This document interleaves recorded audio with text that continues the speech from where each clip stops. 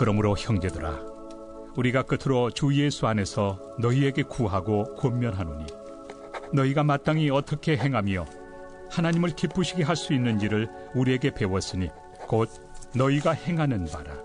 더욱 많이 힘쓰라. 우리가 주 예수로 말미암아 너희에게 무슨 명령으로 준 것을 너희가 아느니라. 하나님의 뜻은 이것이니 너희의 거룩함이라.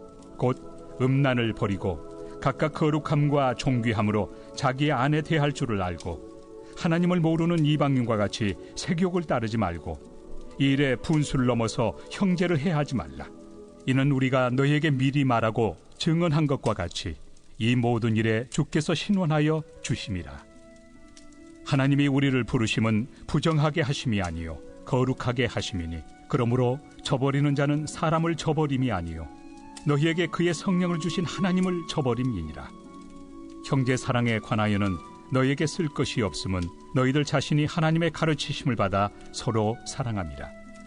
너희가 온 마게도냐 모든 형제에 대하여 과연 이것을 행하도다. 형제들아, 권하노니 더욱 그렇게 행하고, 또 너희에게 명한 것 같이 조용히 자기 일을 하고 너희 손으로 일하기를 힘쓰라. 이는 외인에 대하여 단정히 행하고 또한 아무 궁핍함이 없게 하려 함이라. 형제들아, 자는 자들에 관하여는 너희가 알지 못함을 우리가 원하지 아니하노니, 이는 소망 없는 다른 이와 같이 슬퍼하지 않게 하려 함이라. 우리가 예수께서 죽으셨다가 다시 살아나심을 믿을진대, 이와 같이 예수 안에서 자는 자들도 하나님이 그와 함께 데리고 오시리라. 우리가 주의 말씀으로 너희에게 이것을 말하노니, 주께서 강림하실 때까지 우리 살아남아 있는 자도 자는 자보다 결코 앞서지 못하리라. 주께서 호령과 천사장의 소리와 하나님의 나팔 소리로 친히 하늘로부터 강림하시리니, 그리스도 안에서 죽은 자들이 먼저 일어나고 그 후에 우리 살아남은 자들도 그들과 함께 구름 속으로 끌어올려 공중에서 주를 영접하게 하시리니, 그리하여 우리가 항상 주와 함께 있으리라. 그러므로 이러한 말로 서로 위로하라. 할렐루야. 오늘도 하나님의 말씀으로 은혜 받는 저와 여러분 되기를 간절히 소망합니다. 오늘 이 새벽에 나눌 말씀의 제목을 이렇게 정해 보았습니다. 하나님의 위로를 경험하십시오. 이렇게 정했는데요, 정말 제목대로 오늘 이 새벽의 말씀을 통하여 여러분 한 분 한 분이 하나님이 주시는 위로를 경험하게 되시기를 간절히 소망합니다. 오늘 제목을 이렇게 정한 이유가 있습니다. 오늘 본문 말씀 데살로니가전서 4장 맨 마지막 18절 말씀에 보니까, 그러므로 이러한 말로 서로 어떻게 하라고요? 위로하라. 네. 사도 바울이 오늘 말씀을 통하여 저와 여러분 한 사람 한 사람에게 이렇게 권면합니다. 서로 위로하십시오. 이렇게 권면하는데요, 이 위로하라라고 번역된 이 헬라어가요, 원래 파라칼레오라는 단어라고 합니다. 기억하실 필요는 없습니다. 우리가 사용하지 않는 단어이기 때문에. 그런데 이걸 언급하는 이유가 있습니다. 우리가 보혜사 성령님 할 때 보혜사라는 헬라어가요, 파라클레토스입니다. 아까 위로하다라는 단어가 파라칼레오, 보혜사 성령님이 파라클레토스, 단어가 굉장히 비슷하죠. 이유가 다른 게 아닙니다. 같은 어원에서 비롯됐기 때문인 것이죠. 그렇기 때문에 우리들이 유추할 수 있는 것이 무엇입니까? 보혜사 성령님이 하시는 주요한 사역 중에 하나가 우리를 어떻게 하신다고요? 위로하시는 거구나. 우리를 위로하기 위해서 이 땅에 오셨구나 하는 것을 우리들이 깨닫게 됩니다. 이 말씀을 드리는 이유가 있습니다. 우리가 읽는 이 말씀 성경 66권이요, 처음부터 끝까지 잘 살펴보면 성부 하나님, 성자 하나님, 성령 하나님 세 분이요, 동일하게 어떤 분인가? 우리를 위로하시는 하나님이시라는 것이지요. 말씀을 통하여, 사건을 통하여, 여러 가지 경우를 통하여 끊임없이 성경은 우리들에게 증언합니다. 하나님은 저와 여러분 한 분 한 분을 위로하기를 원하시고요. 또한 위로하시고요. 또한 우리를 위로해 주셨다는 사실인 것이지요. 그 대표적인 근거가 나중에 여러분 한번 가서 찾아서 읽어보시면 좋겠습니다. 고린도 후서 1장 보면은요 3절에서 6절까지의 말씀에 위로라는 단어가요 굉장히 많이 반복됩니다. 뭐 찾아서 읽을 시간은 없어서 제가 그냥 간단히 설명드린다면 어떤 내용인가. 우선 사도 바울이요 하나님을 어떤 하나님으로 고백하는가 하면 모든 위로의 하나님이시다 이렇게 고백해요. 모든 위로의 하나님. 하나님은 우리를 향하신 뜻이 어떻다라는 걸 우리가 알 수 있죠. 우리를 정말 위로하기를 원하시는구나. 그리고 사도 바울은 이어서 고백합니다. 그 위로의 하나님께서 모든 환난 가운데 처해 있는 우리를 위로하기를 원하신다 이렇게 고백해요. 그리고 그 위로를 받은 우리들은 사명이 있는데 그 받은 위로를 형제 자매들에게 전할 사명이 있습니다 하는 그 고백이요 제가 말씀드렸던 고린도후서 1장 3절에서 6절까지의 말씀에 쭉 나오는데 몇 번 위로라는 단어가 나오는지 한번 여러분들 댁에 가서 한번 세보시고 표시해 보시면 좋을 것 같아요. 왜? 위로와 하나님은 떼어놓을 수 없는 개념이구나 하는 것을 이해하게 되는 것이죠. 그리고 그 말씀을 통해서 우리들이 발견하게 되는 것이 무엇인가 하면요 우리가 믿는 기독교 신앙은 위로의 선순환 구조를 가지고 있구나 이렇게 이해할 수 있습니다. 선순환이다. 여러분 이 단어 우리들이 많이 쓰지 않아서 이해하기가 좀 쉽지 않은데 쉽게 이해하려면 반대어를 생각하면 됩니다. 선순환의 반대말은 악순환입니다. 여러분 악순환이라는 게 뭡니까? 나쁜 것이 계속 반복해서 일어난다는 것이죠. 그러면 그 반대말 선순환은 무엇이겠습니까? 좋은 일이 계속 반복된다는 것이죠. 하나님께서 모든 위로의 하나님이십니다. 그 하나님이 우리를 위로하기를 원하십니다. 그리고 실제로 우리를 위로해 주십니다. 그런 위로를 받은 우리가 가만히 있는 것이 아니라 우리 주변에 있는 형제 자매들에게 우리가 받은 위로를 전하는 것. 어떤 구조라고요? 위로의 선순환 구조가 계속해서 돌아간다는 사실인 것이죠. 이런 선순환 구조를 만드신 이유가 무엇인가? 다른 것이 아닙니다. 하나님이요 저와 여러분을 사랑하시기 때문입니다. 사랑하시기 때문에 우리를 위로하기를 원하시는 거고요.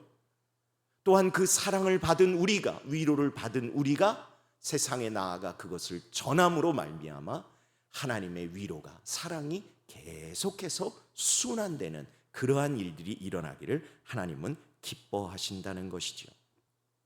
그런 면에 있어서 오늘 말씀이 저와 여러분에게 분명히 권면합니다.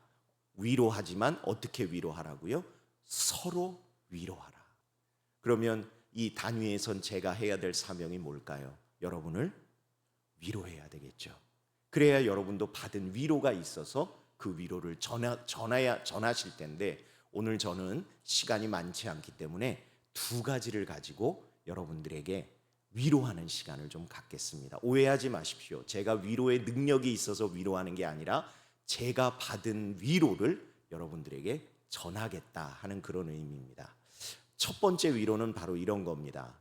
여러분 다 자녀들 키워보셔서 아시지만 자녀가 어릴 때 이렇게 키워보시다 보면 자녀가 갑작스럽게 위험한 행동을 하거나 아니면 다칠 뻔하거나 사고를 당할 뻔하거나 하다못해 가다가 넘어질 뻔한 일을 여러분들 경험하실 겁니다.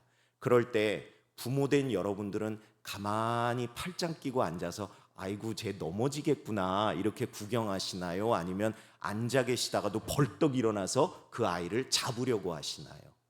당연히 후자일 겁니다. 왜 그렇습니까? 내 자녀이기 때문에. 내 자녀가 어려움을 당하거나 어떤 사고를 당할 위험이 있거나 넘어질 경우나 어떤 그런 원하지 않는 그런 상황에 있을 때 가만히 앉아서 구경하실 부모님은 단 한 분도 안 계실 겁니다. 가만히 앉아서 구경하는 사람은 누굴까요? 남이지요, 남. 근데 남도요, 어린아이가 그렇게 다칠 것 같으면 가만히 못 있습니다. 달려가서 잡기도 하고 또 넘어진 아이가 있으면 일으켜 세우기도 합니다. 여러분 그 마음 이해가 되시죠? 이게 왜 중요한가 하면 우리가 성경을 통해서 위로를 얻기 때문입니다. 여러분 우리가 매일 새벽마다 사도신경 외울 때 잘 기억해 보세요. 하늘에 오르사 전능하신 하나님 우편에 어떻게 계신다고 표현되어 있죠? 앉아 계신다고 표현이 되어 있습니다. 우리 주님이 부활 승천하셔서 하늘에 오르사 전능하신 하나님 우편에 앉아 계신다고 나옵니다. 그런데 이 표현이 어디서 나온 거냐면요, 마가복음 16장 19절 말씀에서 유래된 겁니다. 제가 읽어드립니다. 주 예수께서 말씀을 마치신 후에 하늘로 올려지사 하나님 우편에 앉으시느니라, 이렇게 나옵니다. 그러니까 예수님은 지금 어떤 모습으로 우리가 마음에 그려가면 될까요? 하나님 보좌 우편에 좌정하신 모습으로 우리가 그려가면 됩니다. 그런데 참 놀라운 모습이 사도행전 7장에 등장합니다. 여러분 이 사도행전 7장은요, 이전에 제가 설교했던, 새벽에 설교했던 장이기도 한데요, 어떤 장인가 하면 이 스데반이요, 억울한 일을 당하고 억울한 죽음을 당하는 장면이 나옵니다. 뭐 상황은 제가 설명드리지 않아도 여러분들 잘 아실 겁니다. 그런데 오늘 저와 여러분이 특별히 성경 가지고 계신 분은 저와 좀 함께 찾았으면 좋겠습니다. 신약 성경 133쪽쯤에 있습니다. 사도행전 7장 55절과 56절 말씀을 성경을 가지고 계신 분들은 저와 한 목소리로 함께 읽어봅니다. 133쪽이 아니라 죄송합니다. 199쪽쯤.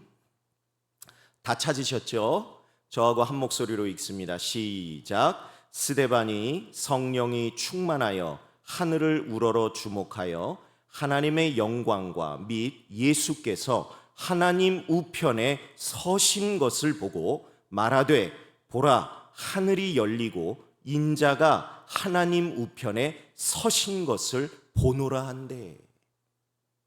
여러분, 하나님 우편에 서신 것, 그리고 우편에 서신 것 두 번이나 나옵니다. 주님이 지금 어떤 상태시라는 거예요? 앉아 계세요, 여러분? 아니죠. 어떻게 하고 계세요? 서 계세요. 보좌에 앉으셔도 충분한 분이요, 일어서셨어요. 어떤 마음 때문이셨을까? 여러분 지금 스데반이 어떤 상황이죠? 너무너무 억울한 상황이에요. 답답한 상황이에요. 또한 위험한 상황이에요. 죽음을 앞둔 상황이에요. 돌 맞아 죽을 상황이에요. 여러분들의 자녀들이 만약 그런 상황에 처해 있다면 여러분 그냥 앉아 계실 수 있으세요? 아니죠. 벌떡 일어날 겁니다. 어찌할 바를 모를 겁니다. 어떻게 해주고 싶을 겁니다. 그 간절한 마음이 예수님으로 하여금 어떻게 하게 했다고요? 자리에서 벌떡 일어나 그분이 서 계신 모습을 스데반으로 하여금 똑똑히 목도하게 했다는 사실인 것이죠. 스데반이 모르겠습니까? 주님이 앉아 계시는 보좌에 계신 분이라는 것을. 그런데 그분이 나의 절체절명의 상황에 나를 향하여 서 계신 모습을 볼 때 그의 마음이 어땠을까요? 세상 어떤 누구도 줄 수 없는 가장 큰 위로와 소망을 그가 경험하지 않았을까 싶은 것이죠. 제가 이 말씀을 통해서 그 은혜를 깨달았을 때 얼마나 감사했는지 모릅니다. 나를 향하신 주님의 마음이 이러실 수도 있겠구나. 살아가면서 억울한 일 안 당할 수 없는데, 답답한 일 안 당할 수 없는데, 아프지 않을 수 없는데, 막막하지 않을 수 없는데, 남들에게 돌 돌맞을 일 없지 않을 수가 없는데, 그런데 나를 바라보시는 주님이 그 순간에 벌떡 일어나시는구나. 여러분, 오늘 이 말씀이, 저에게 위로를 주신 말씀이 여러분 한 분 한 분에게도 하나님의 놀라운 위로의 말씀으로 임하시기를 주님의 이름으로 간절히 부탁을 드립니다. 여러분, 하나님은 우리를 이렇게 위로하기를 원하세요. 또 그런가 하면, 저도 여러 해 목회를 하다 보니까 참 여러 경험을 하게 되고, 여러분들에게 전에도 한번 그런 고백을 한 적이 있습니다. 제가 목사로서 여러 장례를 치러봤지만 가장 어린 나이의 장례가 초등학교 5학년, 11살 어린 소녀의 죽음을 제가 장례를 집례한 적이 있습니다. 제가 속한 교회의 교인이었기 때문에 위로부터 해서 발인까지 모든 과정을 제가 그 장례를 치러야 됐어요. 여러분, 혹 이 자리에 자녀를 먼저 보내신 분이 계시다면 그냥 용서하고 들으십시오. 그 슬픔이 어떤지 저희들이 감히 상상할 수가 없습니다. 정말 그렇습니다. 제가 혹여라도 쉽게 표현하는 것이 있다면 용서하고 들어주십시오. 왜 그런가 하면요, 여러분, 남편을 먼저 보낸 아내를 과부라고 부르고, 아내를 먼저 보낸 남편을 호랍이라고 부르고, 부모를 먼저 떠나보낸 자녀를 고아라고 부르지만 자녀를 먼저 앞세운 부모를 부르는 호칭은 없다 그러잖아요. 왜? 너무너무 가슴이 아파서 부를 이름이 없다는 거죠. 상상할 수 없는 아픔인 거죠. 그런 장례를 치러야 돼요. 이제 여러분, 아무리 목사지만 무슨 말로 그게 위로가 되겠습니까? 정말 태어나서 제가 목사 된 이후로 그때처럼 후회했던 적이 없었던 것 같아요. 아유, 내가 왜 목사가 돼서 이걸 도대체 어떤 상황으로 이걸 위로해야 될까? 아무런 능력이 없는데, 근데 해야 되잖아요. 그래서 무슨 정신이었는지 지금 기억은 안 나지만 그 장례 3일 동안의 일정을 다 마쳤습니다. 그리고 일주일 후에 그 가정이 위로 신방을 요청을 하셔서 그래서 가게 됐어요. 가는 발걸음이 어땠을까요? 정말 무거웠습니다. 가서 또 어떻게 위로를 해야 되나. 그런데요, 도착하고 앉아서 신방을 시작하는데 그 가정의 부부가 눈물을 뚝뚝 흘리며 이렇게 저를 향해서 이야기하시더라고요. 목사님, 감사합니다. 그래서 아니 왜요? 저희 장례 기간 동안 말씀으로 정말 위로받았습니다. 이렇게 말씀하시는데요, 여러분 오해하지 마십시오. 제 자랑이 절대 아닙니다. 제가 그때 뭘 느꼈는가? 하나님이 이 가정을 정말 위로하기를 원하셨구나 하는 걸 그때 제가 비로소 느끼게 되더라고요. 저는 그때 무슨 정신으로 어떤 말씀을 전했는지 잘 기억도 안 납니다, 여러분. 그냥 빨리 끝나기만을 바랬었어요. 정말 제 솔직한 마음이었습니다. 그런데 그런 저의 마음과는 상관없이 하나님은요, 말씀을 통하여 그 가정을 정말 위로하기를 원하셨고 위로하셨고, 그 위로를 통하여 그 가정의 아픔을 조금씩 치유해 가고 계시더라는 것이죠. 짧은 시간이지만 이 두 가지를 통해서 저는 분명하게 여러분들에게 선언하고 권면드릴 수 있는 믿음의 고백이 있습니다. 하나님은 위로의 하나님이십니다. 그리고 우리가 어떠한 상황, 어떠한 처지, 어떠한 환경 가운데 있을지라도요, 하나님은 우리를 충분히 위로하실 수 있고, 또한 그러기를 원하시며, 또한 그렇게 행하시고, 또한 우리들이 그러한 위로를 경험했을 때 우리를 향하신 선하신 뜻은 다른 것이 아니라 우리가 받은 위로를 누군가에게 전하며 살아가기를 주님은 원하신다는 사실이죠. 그렇기 때문에 오늘 이 말씀은 저와 여러분들에게 분명히 권면합니다. 서로 위로하라. 그런데 여러분, 오늘 우리들이 잊지 말아야 될 중요한 말씀이 있습니다. 오늘 본문 말씀 4장 18절 맨 마지막에 서로 위로하라 앞에 나오는 표현이 너무 중요해요. 무엇입니까? 그러므로 이러한 말로 서로 위로하라, 이렇게 되어 있습니다. 이러한 말이라는 게 뭘까요? 저를 한번 따라 하실까요? 성경 말씀. 네, 여러분, 어줍지 않은 사람의 말로 위로하라는 것이 하나님의 뜻이 아닙니다. 이러한 말이 뭡니까? 명명백백한 하나님의 진리의 말씀인 성경입니다. 성경으로 위로하라는 겁니다. 왜? 성경은 하나님의 말씀이기 때문에 하나님께서 그 말씀을 통하여 반드시 누군가를 위로하실 것이기 때문입니다. 그러므로 오늘 이 새벽에 여러분들이 기도하기 위해서도 나왔지만 말씀을 듣기 위해 이 자리에 나온 것이 얼마나 하나님이 기뻐하시는 뜻이겠습니까? 왜? 우리들이 위로해야 될 텐데, 그 위로를 하나님의 말씀을 가지고 해야 될 텐데, 말씀은 어떻게 우리들이 알 수 있나요?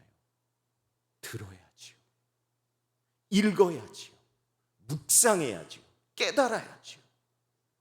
그래야 우리가 하나님의 말씀을 가지고 누군가를 위로할 수 있지 않겠습니까? 여러분, 오늘부터 성경을 읽어가실 때 이러한 관점으로도 한번 읽어보시면 좋을 것 같아요. 오늘 이 말씀을 통해서 하나님이 나를 어떻게 위로하실까? 그럼 여러분들이 받은 위로를 가지고 전할 말씀이 생길 겁니다. 위로의 말씀으로 가득합니다.